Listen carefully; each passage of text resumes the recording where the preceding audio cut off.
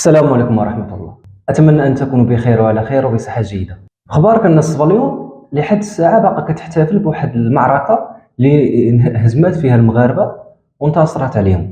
هاد المعركة اللي مازال كتحتفل وكتنشوى وكتنخوى في هاد المعركة في كل سنة. الصبليون ما تنساوش الهزيمة ودائما تنتقموا، ما تنساوش الهزيمة، فالعدو ما تنساش. هاد المعركة للأسف غادي نهزموا فيها المغاربة أمام إسبانيا في الأندلس. كانت هذه الهزيمه خساره. فشنو هي المعركه اللي خلات اسبانيا دير هذه الحيحه وترول تحتفل بهذا العيد كعيد رسمي اذا لابا تعرف المعركه ركز معايا، ما تنساش تقيس ديك البطونه ديال الاشتراك باش نستمروا دائما في نشر الجديد والمفيد وتقديم الافاده التاريخيه. اذا ما نطولش عليك اجي ندخلوا للموضوع. اذا بعد سقوط الدوله المرابطيه غادي تظهر لنا الدوله الموحديه اللي غادي تتحكم جزء كبير من المغرب الكبير، المغرب والجزائر وتونس وايضا الاندلس. هذا الحكم ديال الدوله الموحديه غيبدا مع الفقيه الله يرحمه هو محمد المهدي بن تومر، اللي غادي يستطيع يحط البودرات ديال الدوله. من بعد غيتوفى وغيجي هو عبد المؤمن بن علي القومي اللي غيكمل المشروع. فغادي يتمكن هذا من توحيد المغرب، على الاقل توحيد المغرب وتونس والجزائر وبعض الاشياء في الاندلس. بعد هذا الخليفه الموحدي غيجيو خلفاء من بعده حتى نوصلوا للخليفه الناصر الموحدي. اذا هنا تبع معايا مزيان وركز، لا عندك شي حاجه حيدها من يدك وخذ لك شي قهوه وركز معايا مزيان. فهاد الخليفه الموحدي الناصر غادي توقع بعض المشاكل في الاندلس.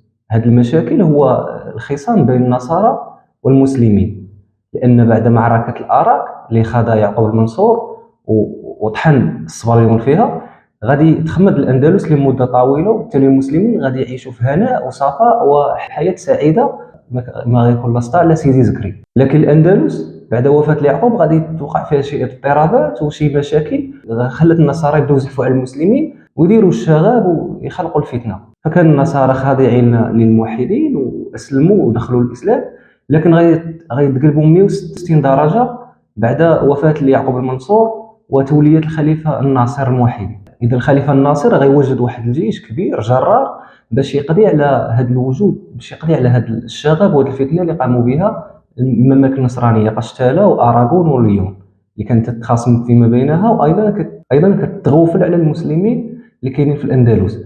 هذا الشيء خلى الناصر يصوب واحد الجيش كبير من العرب والامازيغ والاندلس باش يقضي على هذه الثوره. والمصادر تقول بان هذا الجيش اللي الناصر الموحدي قدر العدد ديالو بنصف مليون جندي. كاين العدو ايضا الكافر غادي يصوب واحد الجيش ايضا مقابل الجيش ديال الناصر اللي غادي يتجمعوا كاملين في منطقه طوليطله، واحد المدينه اسبانيه، اللي غادي يجيو جميع الجنود من مختلف الدول، فرنسا، اسبانيا، البرتغال، باش يدعموا المعركه رافعين شعار البابا اللي كان تيدعموا وتيحمسهم على نصره الدين المسيحي والقضاء على دين جديد هو الاسلام.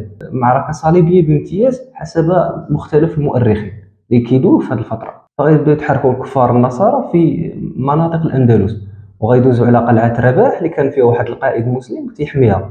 هنا غيدخلوا في اشتباكات ومواجهات خلات القائد في الاخير يسلم القلعه الى النصارى مقابل بعض الشروط ديال الصلح. والغريب في الامر وهذه حقيقيه هو ان الناصر الموحدي كان عنده واحد الوزير كان تيوسوس ليه في ودنه وكان تيدير ليه المشاكل، هو ابن الجامع، الوزير الاول ابن الجامع اللي دائما كان تيوسوس ليه ودائما تيخليه يتراجع على القرارات ديالو. الامراء وبعض القياد الاخرين اللي كاينين في الاندلس اثناء هذه الاشتباكات والزحف النصارى غادي يفكر الناصر الموحدي في الهجوم ايضا على بعض الحصون والمدن النصرانيه باش يقضي عليها. لكن الوزير غادي يوسوس ما يخليش يفتحها، غيقول لي بان هناك خطر، تفاديا هذا الخطر باقي ما وصلش الوقت ديالها لفتحها. فكان الناصر الموحدي كيتصنت الامور ديال الوزير ديالو.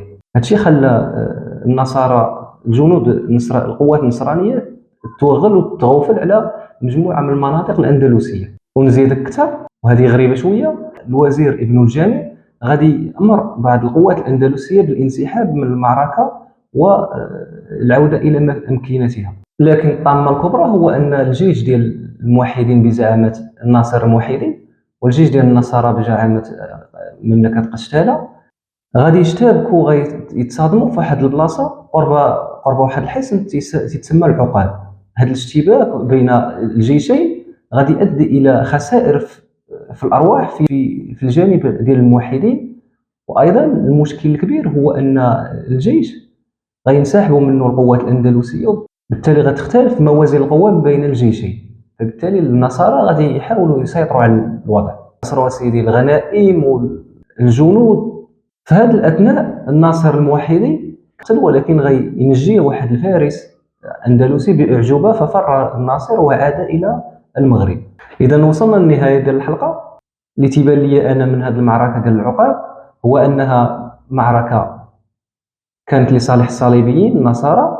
المشكل هو ان الخليفه الموحد الناصر كان تيتسلط الامور ديال الوزير ديالو ابن الجامع، فهذا الشيء خلى القوات الاندلسيه والعرب والامازيغ تنهزم في هذه المعركه امام بطش الوزير ابن الجامع والقرارات ديالو الغير صائبه والعشوائيه. لكن الصبليون كانت عندهم النخوه والشجاعه والحماس، لانهم مدعومين من طرف الكنيسه، من طرف البابا اللي كان تيشجعهم على نصر الدين، انها حرب صليبيه وحرب مسيحيه باش ينشروا الاسلام ويقضيوا على الدين الجديد. وكما قلت في بدايه الحلقه، فالصبليون حاليا باغيين يعيدوا وتحتفلوا بهذه المعركه في كل سنه احتفالا بنصرتهم مع المغاربه. اذا هذا الشيء اللي كاين. شنو بان لك انت؟ نتمنى تعجبك الحلقه. السلام عليكم.